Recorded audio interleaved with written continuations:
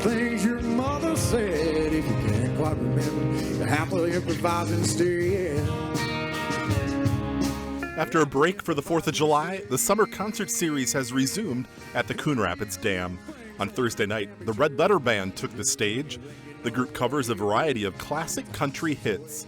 If you missed the concert, watch for it in the coming days on our CTN community channel on cable. 4 more concerts remain this summer. July 18th, it's the Holy Rockarollas. On July 25th, Pirates, Guitars, and Beachfront Bars will play island rock and variety music. August 1st, it's the variety sounds of Jonah and the Whales, and the concert series concludes on August 8th with the Revolution 5, a Beatles tribute band. All concerts start at 7 p.m. Admission and parking are free.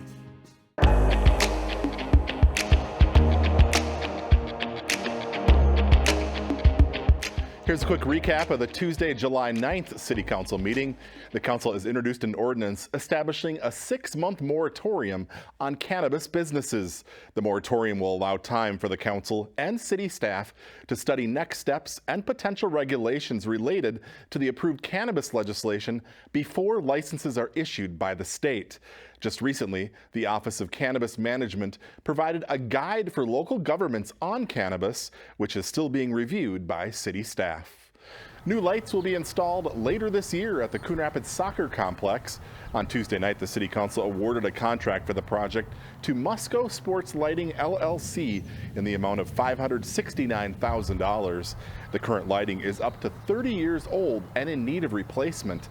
This contract covers half of the lights. Funding for the other half will be included in the 2025 budget.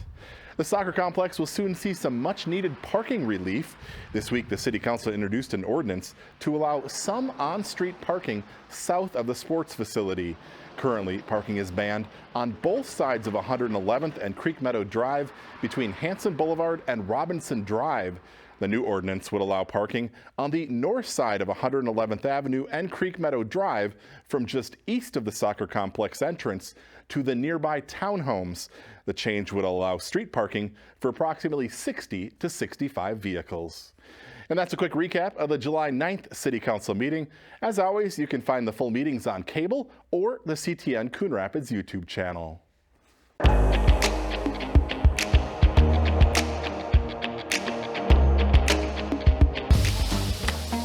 A longtime restaurant and bar site on Coon Rapids Boulevard has new life following the opening of Jelly Bean and Julia's Barbecue this spring. The first few weeks were insane. It's slowed a bit. The business specializes in Texas-style barbecue. A giant commercial rotisserie smoker from the Lone Star State is installed through a wall in the business and triples the capacity of what can be cooked. The business also serves burgers and wings. We make everything from scratch.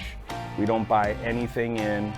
We don't use any seed oils of any kind. We don't use any high fructose corn syrups or any processed sugars. Swap and his wife, Coley Fighton, previously operated out of a smaller location in Anoka. Moving the business to Coon Rapids has doubled the seating capacity. They've also added a full bar, along with entertainment, including live music, comedy, karaoke, and trivia. It's only going to get better as we, find our groove and, get everything figured out. One common question they get is regarding the restaurant's name, Jelly Bean and Julia's Barbecue. It's actually named after his 2 daughters, Naomi Jelly Bean and Julia. A lot of people don't know the story behind the name or whatever. They ask me, are you Jelly Bean? I'm like, do I look like Jelly Bean?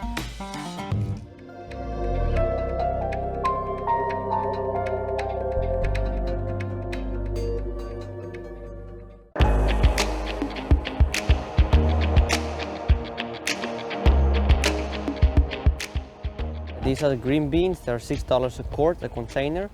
And these are the sugar snap peas. The Coon Rapids Farmers Market is back for summer at the Coon Rapids Ice Center. I'll take this one and this one. Here you can get your hands on fresh Minnesota-grown fruits and veggies. So post 4th of July, we should see a couple more produce vendors and we should be at full market. Ryan Gunderson supervises the market for the city of Coon Rapids. We will not be here on the 3rd of July as part of the 4th of July week, but then we're here every Wednesday, 3 to 6.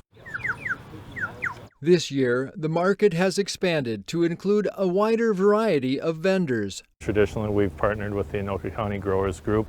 We're still partnering with them, but then we've opened it up to the city, offering vending slots each week. Everything is $10 or 2 for $15, including the hats. Now you will find crafters and artists like Ken Yell selling his wood-turned decor. Started during COVID, and I had to have something to do, so that's when I started doing this, and I haven't stopped yet. My raspberry crinkle and my s'mores as well. And feel free to try any and all of them. And there are bakers too. I'm so glad that we brought a bunch of extra apples. You will even find vendors offering services. We definitely want to find ways to help people save money on their electricity and have good cost savings. Then on the third Wednesday of each month, the farmers market will have special activities for guests. With July being Kids Wednesday, the third Wednesday, August being Senior Wednesday, and September will be Customer Appreciation Wednesday. If you are a non-produce vendor and want to get a booth at the Coon Rapids Farmers Market, you can go to the city's website and sign up at coonrapidsmn.gov/farmersmarket.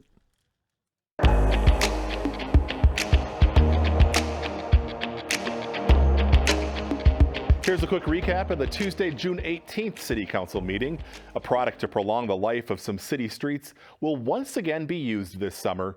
On Tuesday night, the City Council awarded a contract for the work to Corrective Asphalt Materials for $306,000.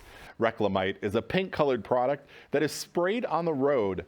A fine aggregate sand is then applied, which blots up excess product so cars can drive on the road once again. Reclamite helps delay more costly and disruptive pavement repairs like a full resurfacing. The Minnesota Department of Public Safety's Office of Traffic Safety has awarded a grant of up to $50,000 to the city. The money will be used for added police enforcement on Northdale Boulevard between Hanson Boulevard and University Avenue. A second part of the grant will include public awareness and education about the safe road zone. A popular entertainment destination in Riverdale Village is adding to its drink menu. On Tuesday night, the City Council approved a full on-sale liquor license, Sunday liquor license, and tavern license for Stumpy's Hatchet House. The business opened earlier this year with just a wine, malt 3.2 liquor, and strong beer license. And that's a quick recap of the June 18th City Council meeting. As always, you can find the full meetings on cable or the CTN Coon Rapids YouTube channel.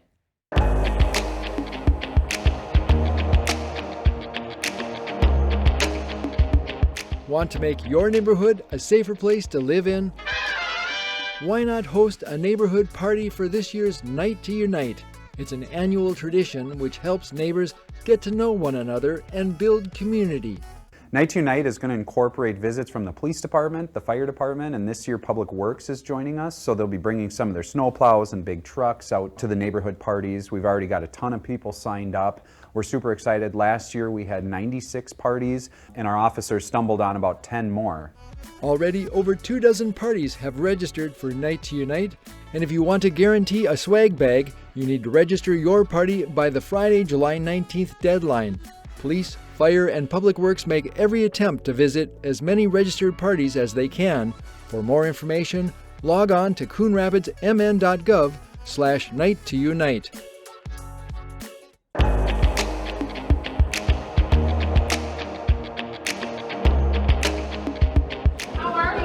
Fourth graders from Hamilton Elementary took an end-of-the-school year field trip to the Coon Rapids Senior Center. Every time I bring the kids here, the seniors are so tickled, and some of them tell the kids to call them Grandma or Grandpa. The kids saw faces they'd never seen before, and so each student found their name on a place card on the table, and instantly they made a connection. Nice to see you! This was the first meeting between pen pals. Kids don't write letters, right? That's kind of getting to be a lost art. So just the art of writing to somebody and making those connections. It began back in January, when the students got the name of their pen pal and the letter rating assignment from Miss Newland. Okay, what other thing could you possibly be curious about with your pen pals? Let's make a list.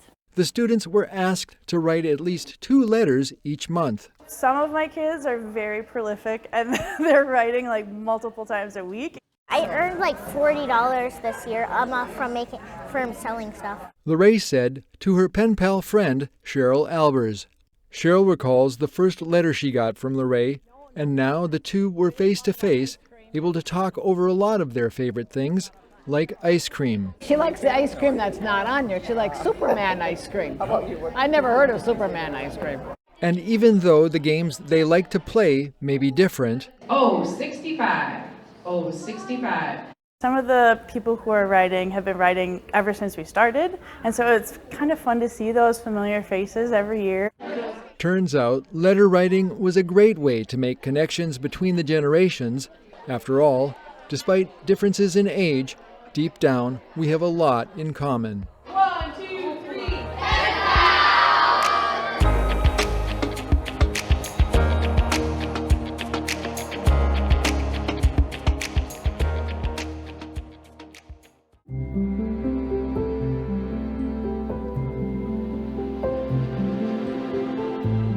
Welcome to the Coon Rapids Civic Center. We are conveniently located off of Highway 10 and Hanson Boulevard with plenty of on-site parking for you and your guests.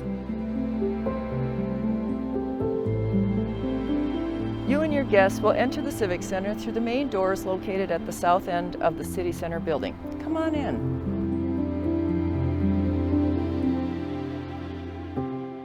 Our banquet and meeting rooms are conveniently located just a few short steps down the hallway, along with our restrooms. The banquet room consists of 3 separate rooms that open up to one another. When both walls are open, the room can seat up to 230 guests comfortably. Civic rooms A and B each seat 80 guests, and when the wall is open, 160 guests can be comfortably seated. Both Civic Rooms A and B have direct access to the rear courtyard with tables and seating for your guests, lawn space for games and gatherings, and the gazebo where we host many weddings throughout the year. Yes, we've even hosted a December wedding. Civic Room C is used as a meeting room during the week and as a party room over the weekend. As a meeting room, Civic Room C seats 45 attendees at classroom-style tables. As a party room, Civic Room C seats 60 guests at round tables. Plus, there is room for tables for food, beverages, gifts, and displays. Beyond the patio area outside of Civic Rooms A and B is a gazebo with a beautiful lawn area with room enough to seat 230 of your closest friends. You are welcome to decorate with floral sprays, tulle, and twinkle lights. White wedding chairs are available for rent. Our commercial kitchen is available to everyone with an event that day. You are welcome to use the large refrigerator, the microwave oven, and the ice maker. To keep your food warm, we encourage you to bring roasting pans or crock pots, or even chafing dishes. In addition to the banquet room, the Civic Center also features 3 meeting rooms. The Arts and Crafts room is perfect for scout meetings or birthday parties, with its large tables, counter space, and sink with running water. The conference room features a large table with seating for 14, plus additional seating along the wall. We hope you visit the Coon Rapids Civic Center soon and consider us for your next gathering.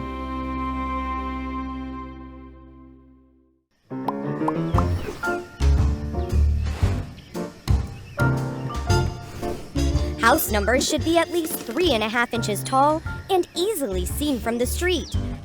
Also, the exterior of your home, including windows and doors, should be free of holes, breaks, and rotting boards, and in good condition. For more information on this and other city codes, log on to coonrapidsmn.gov.